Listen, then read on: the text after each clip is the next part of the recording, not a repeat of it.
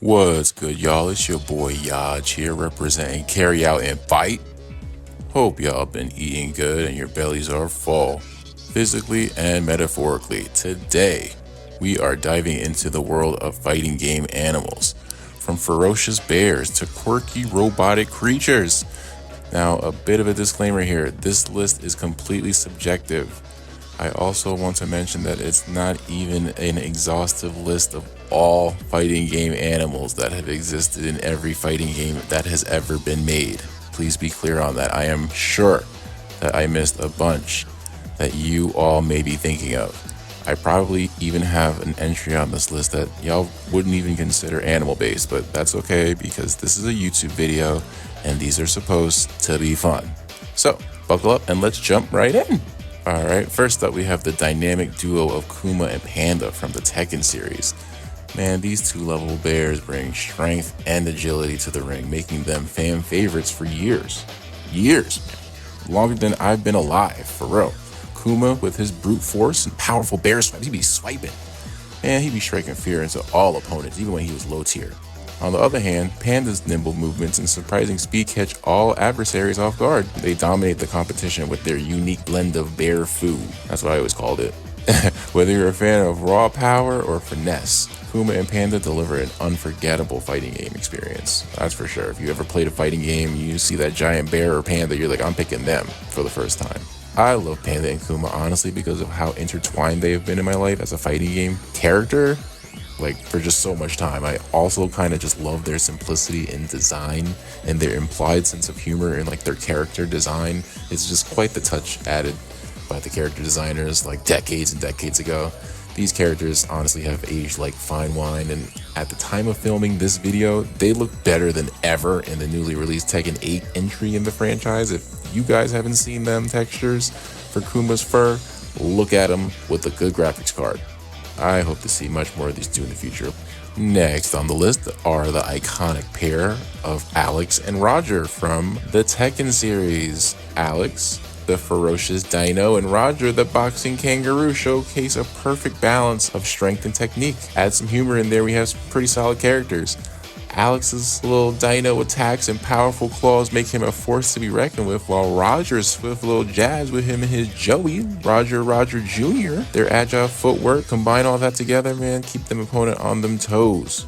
Watch out for those animals, they're crazy. Together, they form a formidable team, unleashing a barrage of animalistic fury on anyone who dares to challenge them. With their unique fighting styles and undeniable charm, Alex and Roger stand tall as some of the best animal fighters in gaming history, design-wise and everything. Just kind of playstyle-wise too, everything. Similar to Kuma and Panda, I love Alex and Roger just because of their simplicity of design and their perceived sense of humor as characters. They're just funny as hell. They're two boxing dinos and kangaroos with boxing gloves. It's hilarious. Like, I got a kick out of that shit when I was a kid. These almost feel like the Splenda or artificial sugar versions of Kuma and Panda. I know I might be diminishing them a little bit, but somehow they don't really seem stale in the Tekken games that Harada-san decided to add them in.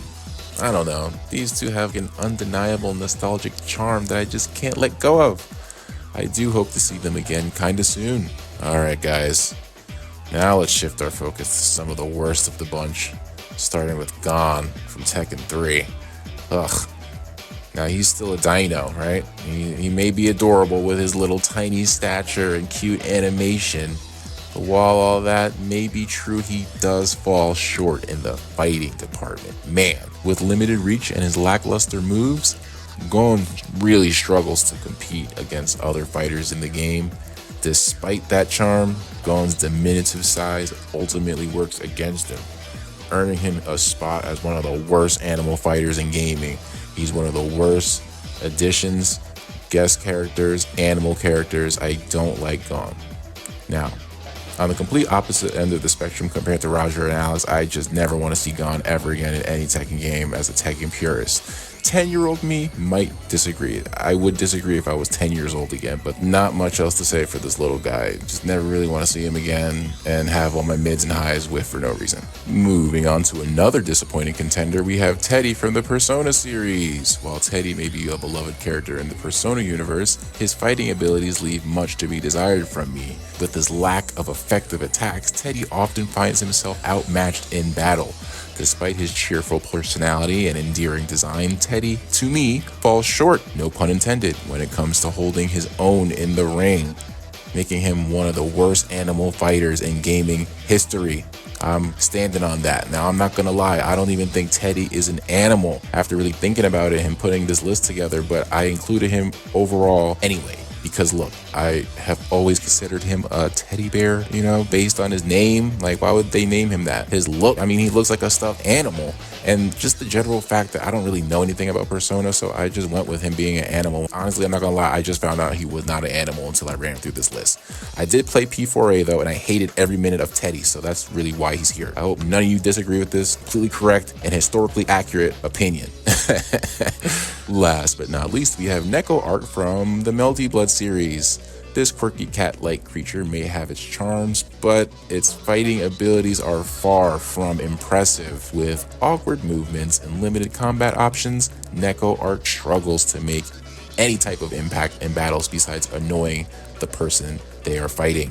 While its cute appearance may win over some fans, a specific subset of fans, Neko Arc's lackluster performance earns it a spot as one of the worst animal-based fighters in gaming. Similar to Gon, I am not the biggest fan of the small character archetype, as they just feel too different to what most characters usually do in the games that they are generally featured in. Additionally, Neko Arc just seems like such a lazy design. I hate how small it is. The devs just said, hey, people like cats, let's make our main girl Arcade into a cat and see what happens. Unfortunately, the world praised these efforts, and as a result, we still have Neko Arc as a viable character concept to this day. Not saying she's good, it's just like that she exists. Great. And there you have it, folks. From the best of the best to the not so great, we've explored the wide world of fighting game animals and animal-based characters.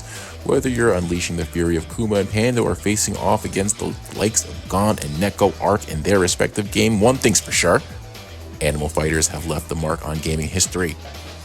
Which is your favorite? Let us know in the comments below. And as always, please visit carryoutandfight.com for all your fighting game needs.